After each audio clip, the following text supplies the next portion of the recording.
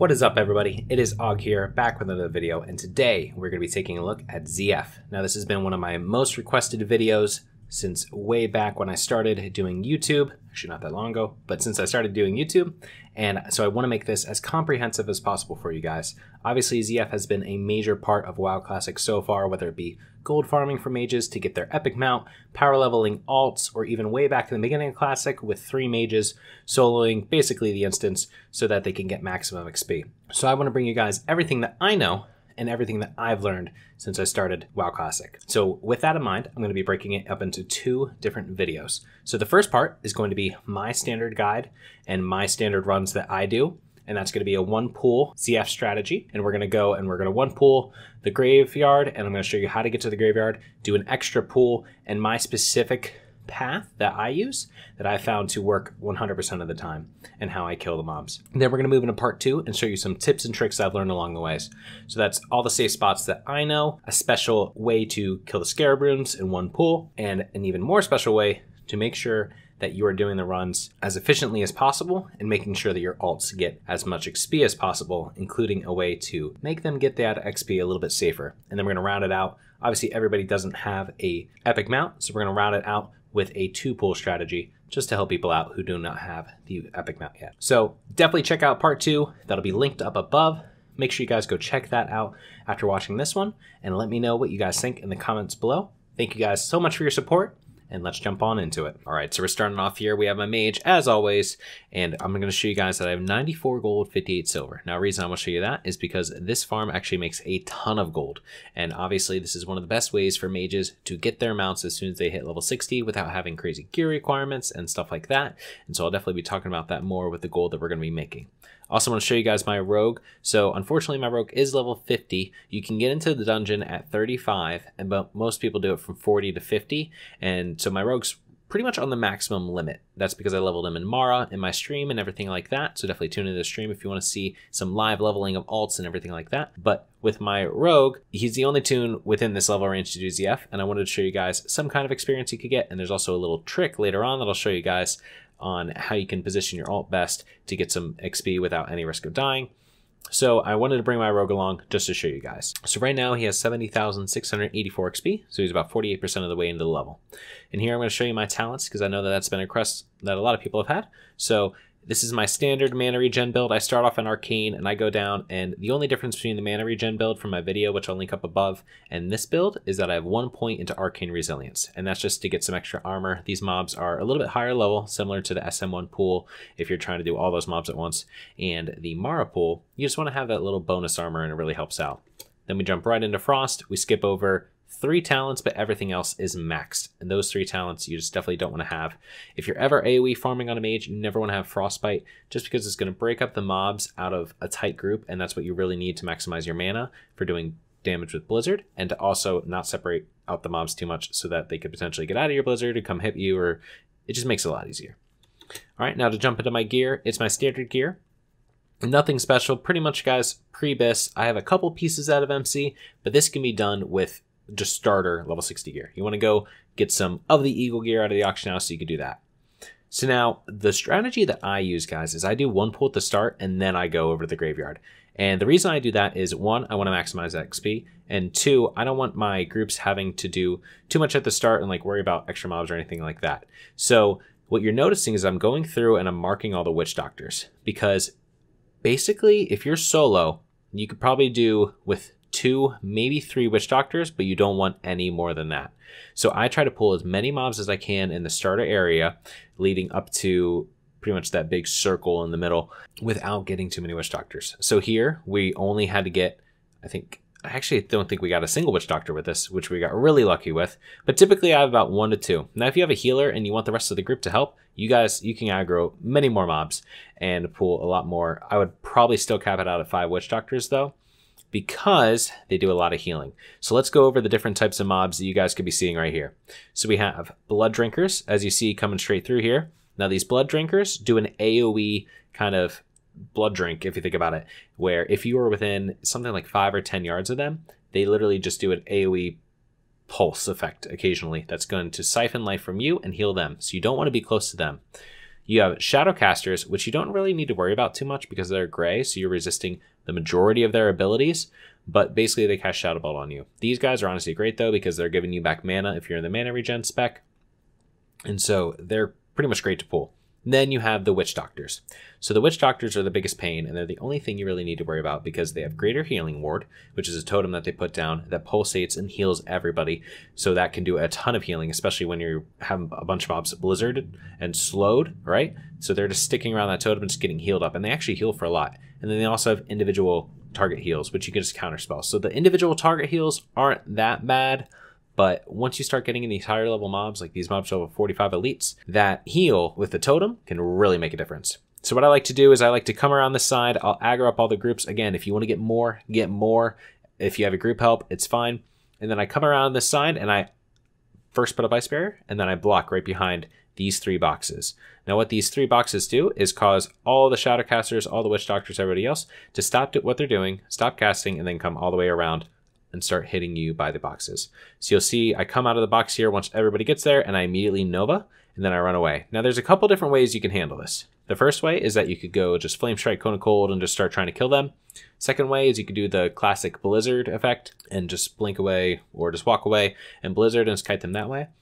I really decide based on the number of Witch Doctors I have. If I have a lot of Witch Doctors, which I don't here, I like to do the Blizzard. Reason being, if they drop down a totem, at least my Blizzard is dragging them away from that totem, right? Because if you think about it, the totem's only going to heal people within a certain amount of yards. And so if the Blizzard is dragging the mobs away, then at least the totem isn't healing them and I can work on getting them down.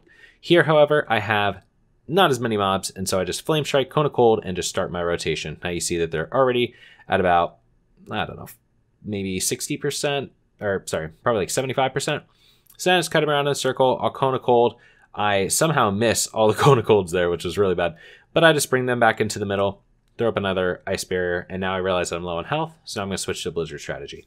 So this is a Blizzard strategy, and this really isn't that bad, guys. As long as you don't pull too many by yourself, you should be okay here just by doing the normal kind of Blizzard and Kite strat and get them down. They are humanoids, so once they get down to about, I think it's 10% or so, they'll start running away. So that also helps, but can also be detrimental, which I will show you guys in a second. So you see here, I just close them out. They start to run away. I got one Blood Drinker in the back, so I'm kind of focusing that down with Fire Blast occasionally. Now you're going to notice some Blood Drinker, a Blood Drinker, and eventually the Shadowcaster is going to start running over towards this instance. And I swapped over to them for a reason. That's because if they run through the instance and they start running to the back of the room, 1, you can't get their loot, but 2, a lot of the times they're going to get out of range and you can't hit them, and it'll sit there, and it's a pain. So if they're getting close to the instance, just make sure you go and finish them off.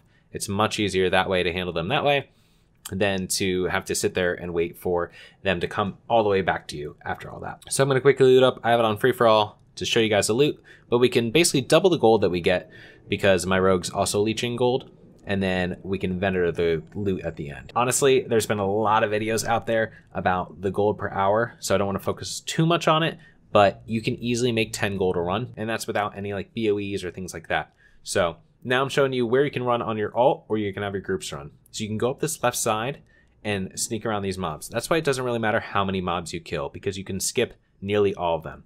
The 2 groups that you have to kill are the first group on the left and the second group on the left, so you can get to this path. But outside of that, you jump over the wall there and you run up onto this little ramp right here. Now, you don't want to go too far up the ramp because there's actually up here some basilisks. And if you stand up here on the top and you're level 40, they can aggro onto you. And you're probably not going to die unless your level 62 isn't there, but it's just a pain and you don't want to waste time trying to kill basilisks, and they stun and they have a lot of health. So just stay on the front kind of part of here and you'll be safe from all paths. So now I'm just going to bring my mage over. My mage, I'm just going to bring over the normal way.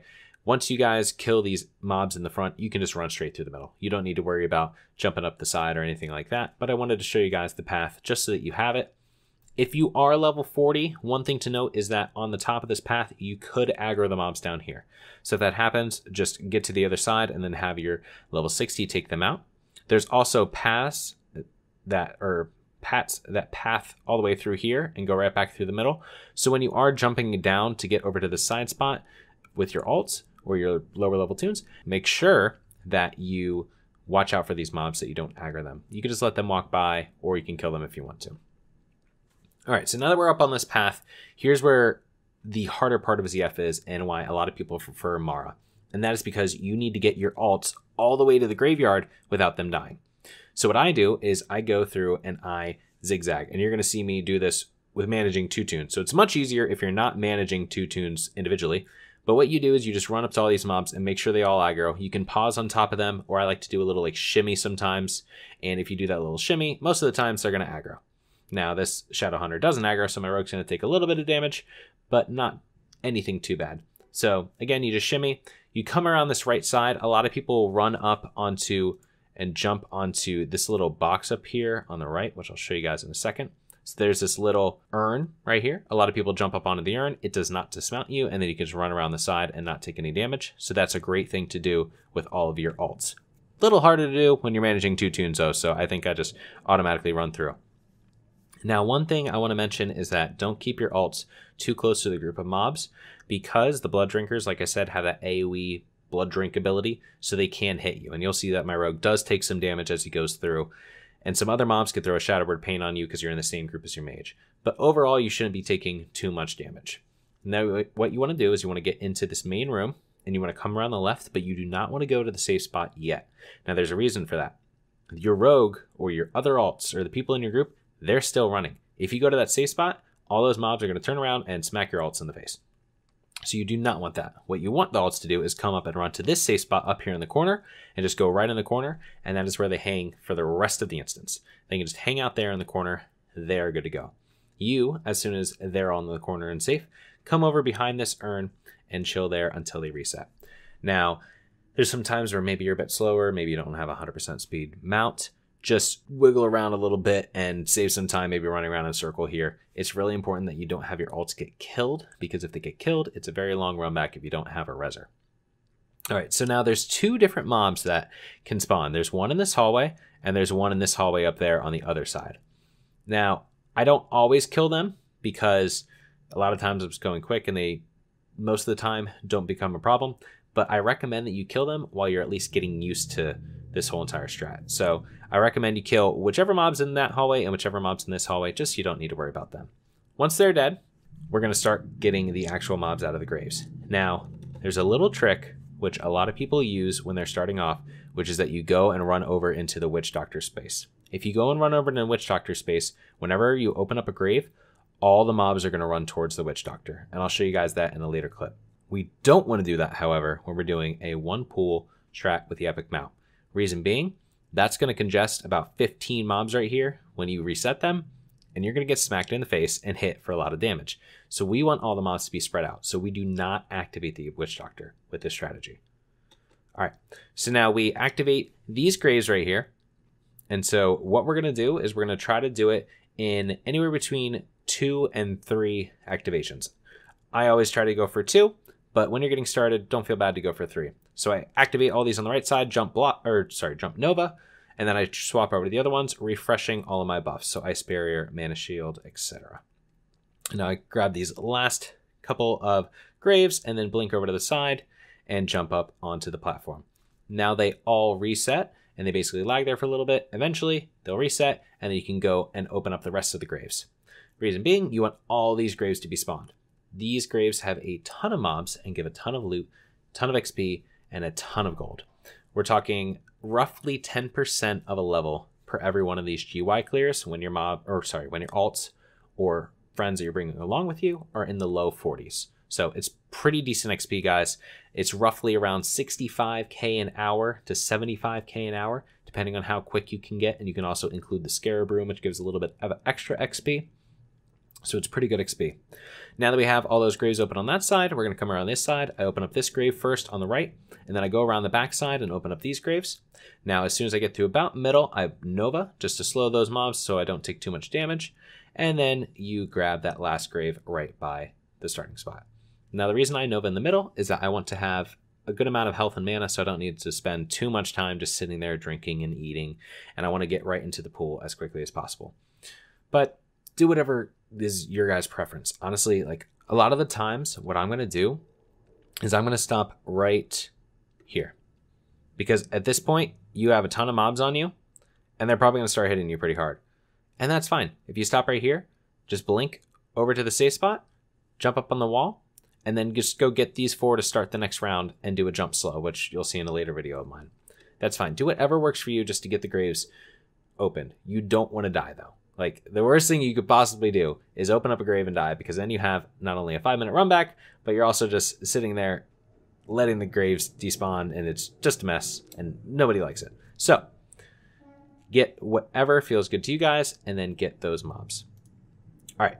So now that we have everything opened, we are ready to go ahead and do the actual pull. So you get full mana, full health, and you get ready to go. Make sure that your guys are in your corner.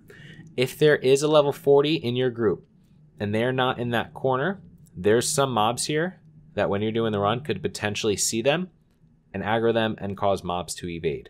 So make sure all of your tunes, all of your alts, or whoever's in your group is stuck in that corner up there so that they don't accidentally cause them to evade. Now I rebuff with my mana shield and ice barrier because we're going to be running through all these mobs. I just get up to full mana. You don't really need to because you're going to be getting mana back while you run, but get up to full mana.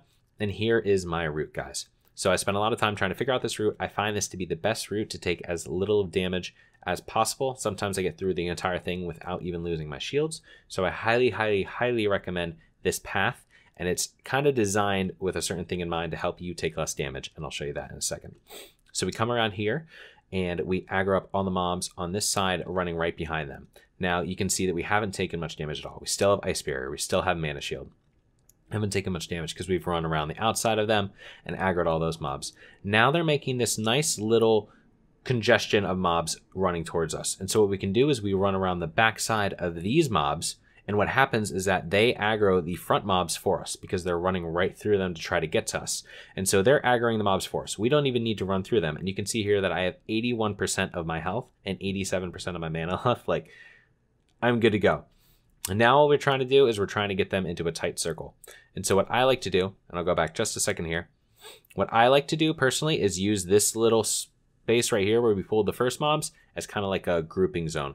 By staying up towards the top of this and then running around the side here and running back around, you don't get hit, but you cause all the mobs to get in the nice circle. And honestly, at this point, we're almost to the point where we could just hop off our mount and just start killing them. And we only did one loop around. So here, we only did one loop. We get ready to start killing them. And I like to start off with a Flame Strike Cone of Cold. Now, because we did that circle, we got those mobs as tight as possible. They are in a perfect Cone of Cold strat kite mode. So what I do is I personally just Flame Strike Cone of Cold them and then just kite around in a circle, Arcane Explosioning, and Cone of Cold when it's on cooldown. I like to save, once I get to around 2k health, I like to, or maybe a little bit lower, I like to save my mana, make sure I have at least 30% of my mana, and then I go for a Flame Strike Cone of Cold to finish them off with a couple Arcane Explosions or whatever I need. And that, guys, is the one pull strat. They're all dead. Now you can loot them, and you are getting a ton of gold. Each one of these runs is about 10 gold worth of silver, worth of items. It's insane, and it only took us 9 minutes to go all the way from the start to the end with all of the extra mobs that we killed at the start. So you're getting that bonus loot, and you're getting that bonus experience as well. Now you're going to notice that there is a dead hero up here at the top. There's something really odd with dead heroes where they just don't aggro easily, but they are non-elites, so don't even worry about them because they don't give too much XP. If one is alive, you can go kill it if you want. So now we're stuck in the middle of the instance, right? Well, this is great, but now I have to run back to the start of the instance. It's going to take some time, etc., etc., etc. No. So as soon as you kill all these mobs, your people that you're with don't need anything. So have them start to log out. Reason being is because we're going to reset with the logout. So you're going to see me here hop over to my rogue and log out. Oh, I showed you my XP first. So my XP from that, guys, got up to 84,000 just from doing these. And I'm level 50. So you get a ton of experience if you are a lower level. It's insane. So I hop over to my alt. And now what this does is it allows me to reset the dungeon from my alt and then hop back onto my mains. So here, as soon as I hop on to the alt, I'm going to toss him leader, and then I'm going to log out on my mage. Now, every single tune that's inside the instance is logged out, and then I'm going to reset with my hunter alt. And what that's going to do is reset the instance and port you to the front of the instance. One key important thing, though, is that you cannot run out of the instance at that point. So now you see I'm waiting for my mage, and I'm going to reset as soon as I see him log off. And so I reset. And now I'm going to swap right back over to my two tunes, log back in, and they're both ported at the start of the instance, ready to go for another run. And that only adds like a total of about a minute to your clears. So that means that you could do easily 5 clears in an hour with all of your alts getting them XP. Now there is one thing I do want to talk about, guys, before we end this first part of the video, and that is the logout. I mentioned it very briefly just a few seconds ago. You do not want to run out of the instance, because if you run out of the instance, you actually are doubling your instance count. For whatever reason, resetting the dungeon this method counts as a reset, and if you run out again, it counts as another reset. So make sure to optimize the maximum number of resets so that you do not run out and that none of your tunes run out. Additionally, if somebody is dead inside the instance, they need to run back and log out inside before you guys try to do this, or else it's going to cause issues.